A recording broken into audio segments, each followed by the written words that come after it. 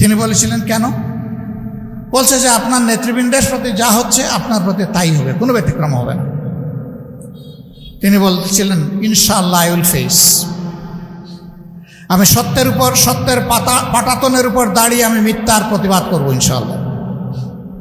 তাতে যদি আমার জীবন যায় যাবে, আমার দেশে যাবে, আমি পালিয়ে চুরের মতো বিদেশের মাটিতে থাকব না।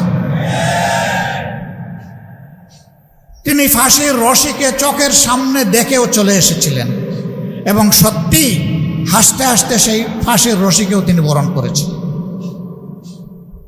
কেন তাহলে আমরা দেশ ছাড়ি না? কেন বিদেশ গেলেও চলে আসি ঝুঁকি নিয়ে? দুটি কারণ। নাম্বার ওয়ান, আমরা এই দেশকে, দেশের মানুষকে ভালোবাসি, সুতরাং এই মানুষ ছেড়ে আমরা কোথাও গিয়ে শান্তি পাই না। নাম্বার টু, আমরা যেহেতু চুরি চামারি করি না, এই জন্যে আমাদের লোকদের কোনো বেগম ভাড়া নাই, থাকবে কোথায়? এই জন্যেই ঠিকানা আমাদের একটাই, আলহামদুলিল্লাহ, এটা আল্লাহ তাআলার জন্ম দেওয়া বাংলাদেশ। এই বাংলাদেশকে নিয়ে আমরা গর্ব করি, এই বাংলাদেশকে নিয়েই আমরা বাঁচতে চাই। আল্লাহ তাআলার কাছে আমরা সাহায্য চাই, এদেশের আপামর জনসার সাথে আমরা যেন মর্যাদার সাথে এই বাংলাদেশে বসবাস করতে পারি। শুধু বাংলাদেশ জামাতে ইসলামী আরামে থাকলে আমরা শান্তি পাব না, আর আরামে থাকার কোনো সুযোগও নাই। থাকতে হলে গোটা সমাজকে নিয়েই থাকতে হবে। এই জন্যে আমরা পরিষ্কার বলেছি, আমরা একটা সংগঠন, সংগঠনের সহকর্মীদেরকে, এত মজলুম সহকর্মী কি তাণ্ডব গিয়েছে আমাদের উপর দিয়ে, আপনারা তার সাক্ষী।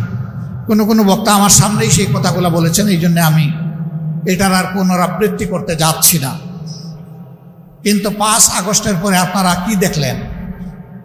যে বাংলাদেশ জামাতে ইসলামী তার 11 জন শীর্ষ নেতাকে হারিয়েছে, যে বাংলাদেশ জামাতে ইসলামীর প্রত্যেকটি কার্যালয় 3.5 বছর সিলগালা করে রাখা হয়েছিল, যেই বাংলাদেশ জামাতে ইসলামীর নিবন্ধন এবং প্রতীক কেড়ে নেওয়া হয়েছিল, যেই বাংলাদেশ জামাতে ইসলামীর শত শত কর্মীকে খুন করা হয়েছে, অসংখ্য কর্মীকে গুম করা হয়েছে, শেষ পর্যন্ত দিশাহারা হয়ে যে বাংলাদেশ জামাতে ইসলামীকে নিষিদ্ধ ঘোষণা হয়েছে, এর সাথে ইসলামী ছাত্র শিবির সহ আমাদের সকল সংগঠন।